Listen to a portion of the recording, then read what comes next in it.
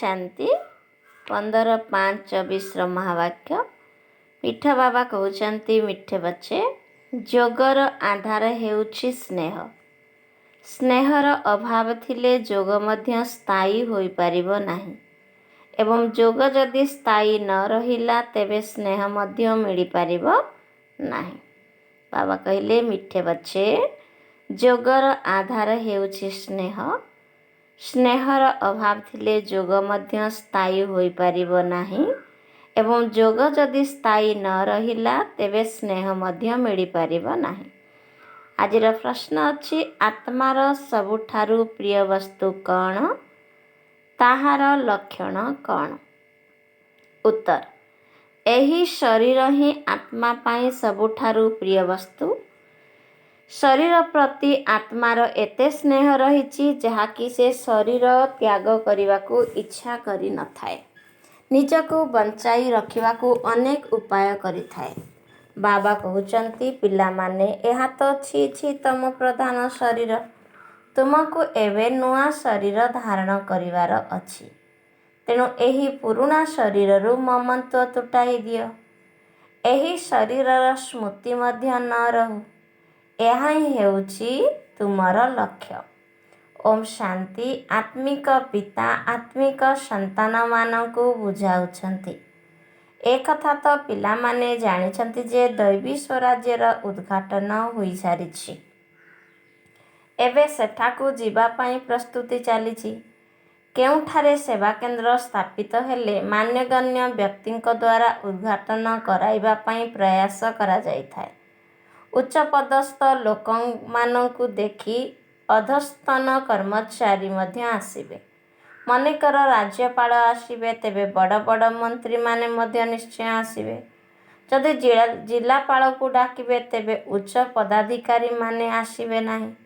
तेणु प्रमुख व्यक्ति को आनिबा पाई प्रयास करा जाइथाए। किछि ना किछि बाहानारे जदि सेवा केंद्र को आसुचंती, तुमे तांको रास्ता देखाओ। अविनाशी पितांक ठारू किभଳି अविनाशी संपत्ति मिलुछि। तुमे ब्राह्मण मानक व्यतीत अन्य कौनसी मनुष्य ए विषय रे जानि नाहंती। सीधा सड़क कुह नाही कि भगवान आसिचंती। एभଳି तो अनेक अछंती जो माने कहउचंती जे भगवान आसी जाइछंती, किंतु सेभଳି नुहे।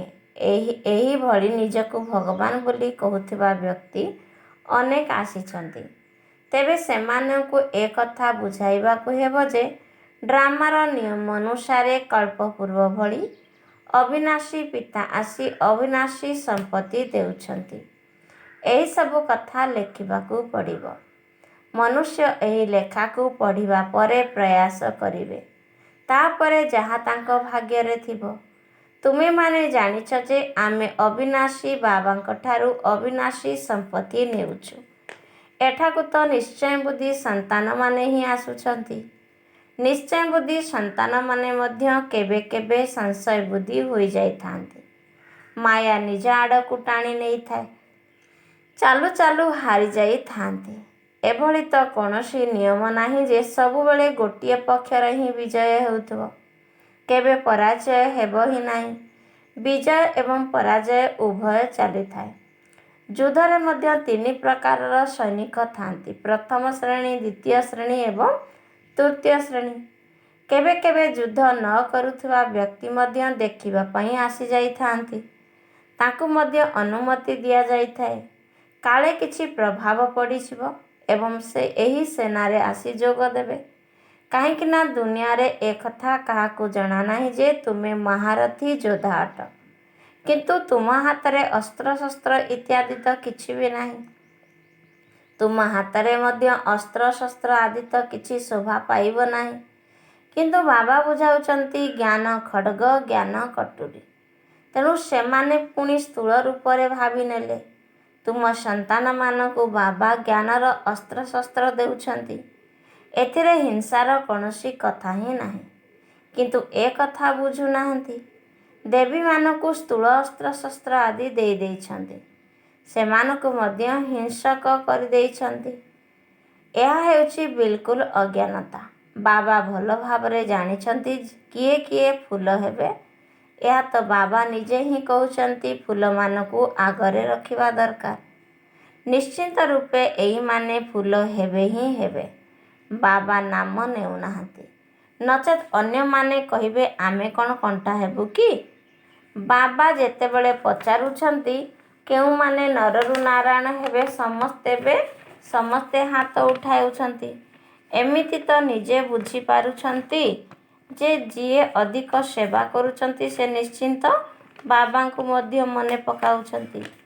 ବାବାଙ୍କ ସହ ସ୍ନେହ ଅଛି ତ, ତେଣୁ ତାଙ୍କର ହିଁ ସ୍ମୃତି ରହିବ। କିନ୍ତୁ କେହି ତ ଏକରସ ୟାଦ କରିପାରିବେ ନାହିଁ। ୟାଦ କରିପାରୁ ନାହାନ୍ତି, ତେଣୁ ସ୍ନେହ ନାହିଁ।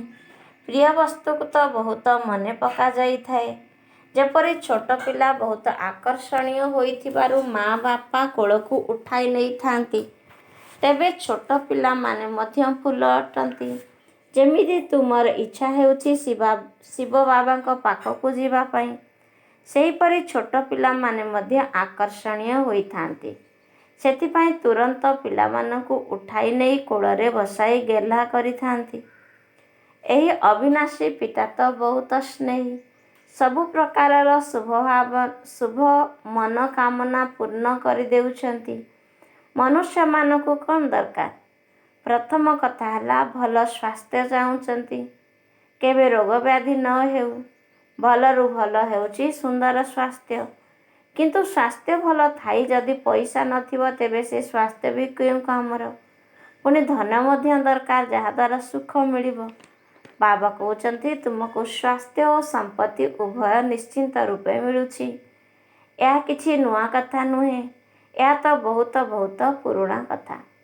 ତୁମେ ବାବାଙ୍କ ସହ ଯେବେ ଯେବେ ମିଶିବ ସେହିଭଳି ହିଁ କହିବେ। କିନ୍ତୁ ଏଭଳି କୁହାଯିବ ନାହିଁ ଯେ 1,00,000 ବର୍ଷ ବା ପଦ୍ମ ବର୍ଷ ହୋଇଛି। ବାସ୍ତବରେ ଏତେ ବର୍ଷ ନୁହେଁ। ତୁମେ ଜାଣିଛ ଏହି ଦୁନିଆ ନୂଆ କେବେ ହେଉଛି, ପୁଣି ପୁରୁଣା କେବେ ହେଉଛି। ଆମେ ଆତ୍ମାମାନେ ନୂଆ ଦୁନିଆକୁ ଯାଇ ପୁଣି ପୁରୁଣା ଦୁନିଆକୁ ଆସୁଛୁ। ସେଥିପାଇଁ ତୁମର ନାମ ରଖାଯାଇଛି ଅଲରାଉଣ୍ଡର। ବାବା ବୁଝାଇଛନ୍ତି ତୁମେ ସବୁ ହେଉଛ ଅଲରାଉଣ୍ଡର। ଅଭିନୟ କରି କରି ବର୍ତ୍ତମାନ ବହୁତ ଜନ୍ମର ଅନ୍ତିମ ସମୟରେ ଆସି ପହଞ୍ଚି ଯାଇଛ। ପ୍ରାରମ୍ଭରୁ ତୁମେ ହିଁ ଅଭିନୟ କରିବା ପାଇଁ ଆସୁଛ। ତାହା ହେଉଛି ସୁଇଟ୍ ସାଇଲେନ୍ସ ହୋମ୍, ମଧୁର ଶାନ୍ତିଧାମ। ମନୁଷ୍ୟମାନେ ଶାନ୍ତି ପାଇବା ପାଇଁ କେତେ କଷ୍ଟ କରୁଛନ୍ତି। ଏ କଥା ବୁଝୁନାହାନ୍ତି ଯେ ଆମେ ଶାନ୍ତିଧାମରେ ଥିଲୁ, ପୁଣି ସେଠାରୁ ଅଭିନୟ କରିବା ପାଇଁ ଏଠାକୁ ଆସିଛୁ। ଅଭିନୟ ସାରିବା ପରେ ଆମେ ଯେଉଁଠାରୁ ଆସିଥିଲୁ ପୁଣି ସେହିଠାକୁ ନିଶ୍ଚିନ୍ତ ରୂପେ ଯିବୁ। ସମସ୍ତେ ଶାନ୍ତିଧାମରୁ ହିଁ ଆସିଥାନ୍ତି। ସମସ୍ତଙ୍କର ଘର ହେଉଛି ସେହି ବ୍ରହ୍ମଲୋକ ବ୍ରହ୍ମାଣ୍ଡ, ଯେଉଁଠାରେ ସବୁ ଆତ୍ମା ରହିଥାନ୍ତି। ରୁଦ୍ରଙ୍କୁ ମଧ୍ୟ ଏତେ ବଡ଼ ଅଣ୍ଡା ସଦୃଶ୍ୟ ଦର୍ଶାଉଛନ୍ତି। ତାଙ୍କୁ ଏ କଥା ଜଣାନାହିଁ ଯେ ଆତ୍ମା ବିଲକୁଲ ଛୋଟ ଅଟେ। କହିଥାନ୍ତି ମଧ୍ୟ ପରମାତ୍ମା ବହୁତ ସୂକ୍ଷ୍ମ ତାରକା ସଦୃଶ୍ୟ, ପୁଣି ବଡ଼ ରୂପରେ ପୂଜା କରିଥାନ୍ତି। ତୁମେ ଜାଣିଛ ଏତେ ଛୋଟ ବିନ୍ଦୁର ପୂଜା ହୋଇପାରିବ ନାହିଁ। ପୁଣି ପୂଜା କାହାର କରିବେ? ତେଣୁ ବଡ଼ ରୂପ ତିଆରି କରି ପୂଜା କରୁଛନ୍ତି। ତାଙ୍କ ଉପରେ କ୍ଷୀର ଢାଳୁଛନ୍ତି।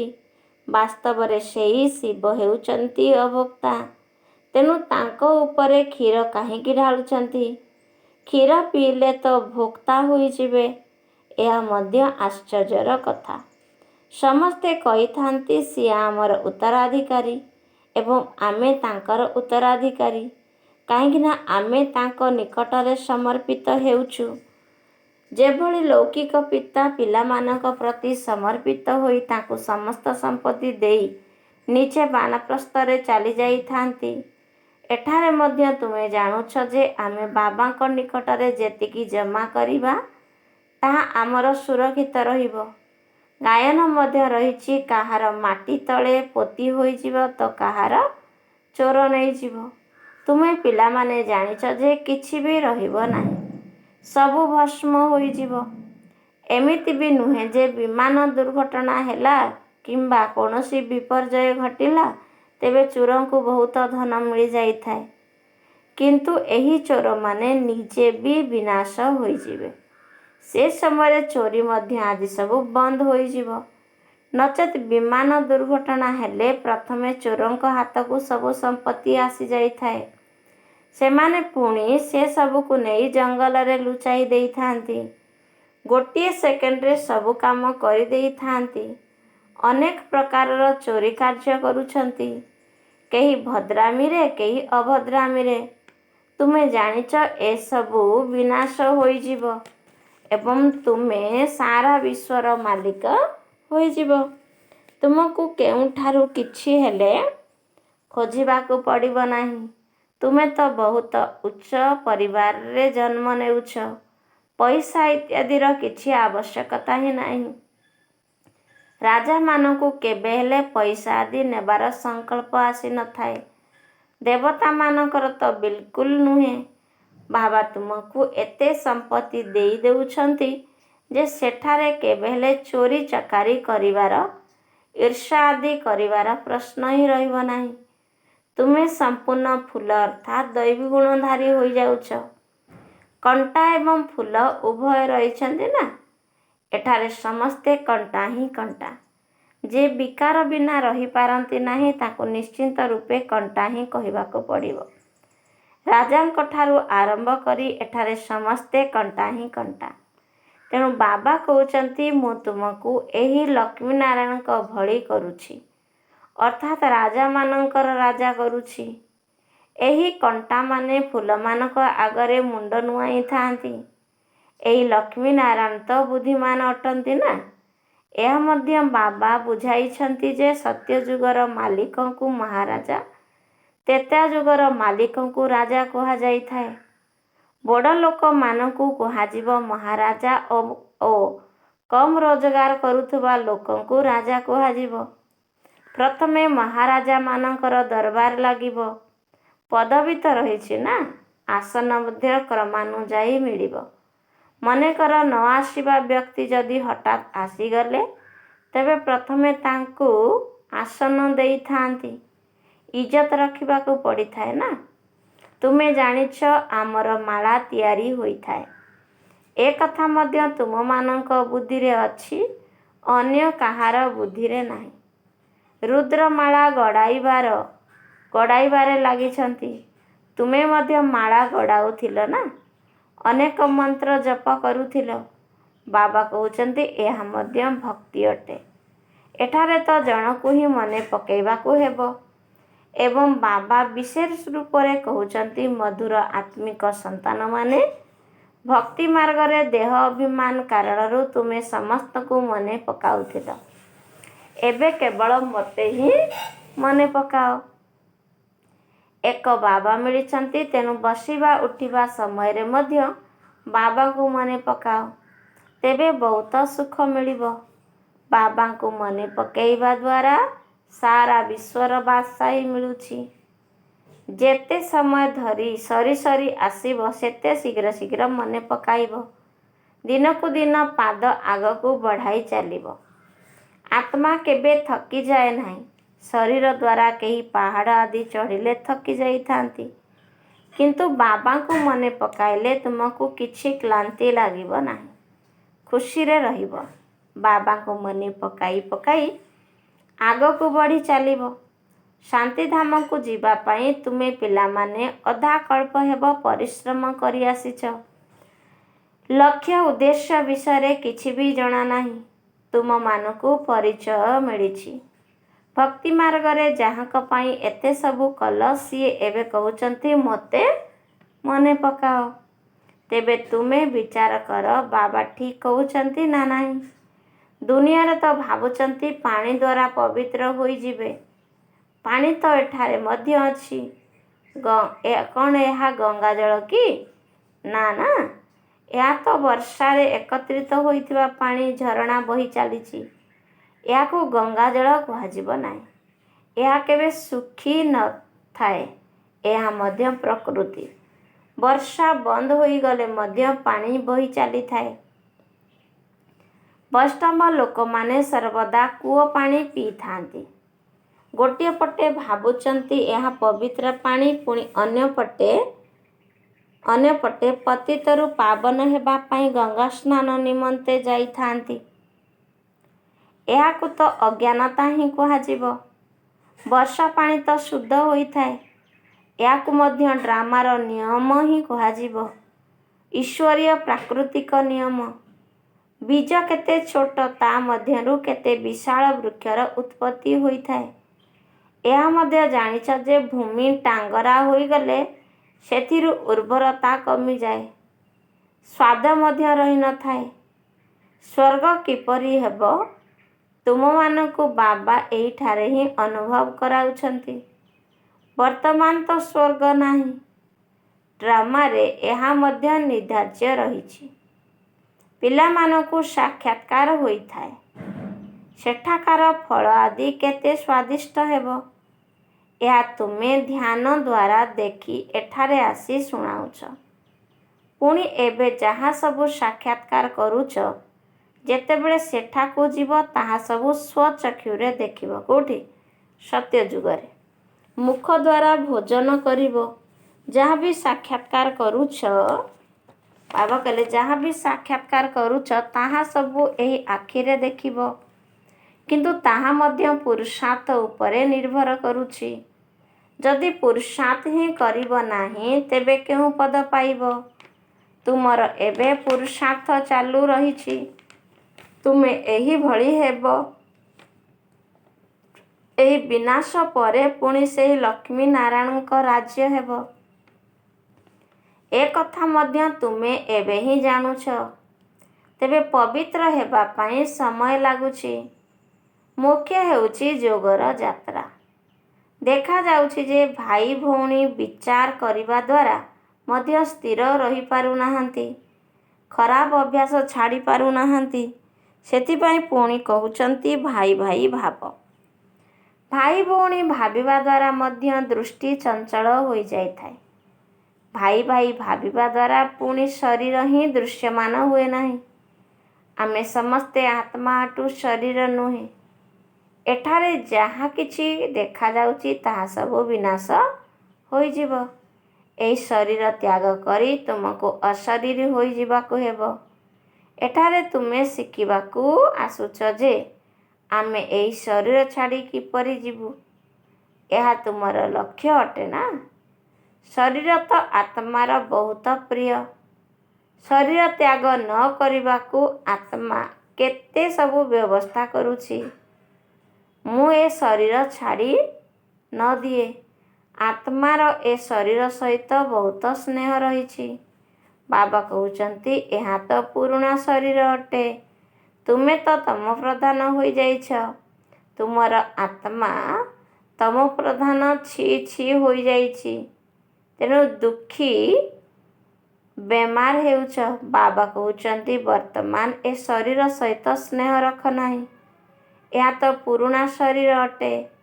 ଏବେ ତୁମକୁ ନୂଆ କିଣିବାକୁ ହେବ। ଏପରି କୌଣସି ଦୋକାନ ନାହିଁ ଯେଉଁଠାରୁ ନୂଆ କିଣି ଆଣିବ। ବାବା କହୁଛନ୍ତି ମୋତେ ମନେ ପକାଅ, ତେବେ ପବିତ୍ର ହୋଇଯିବ।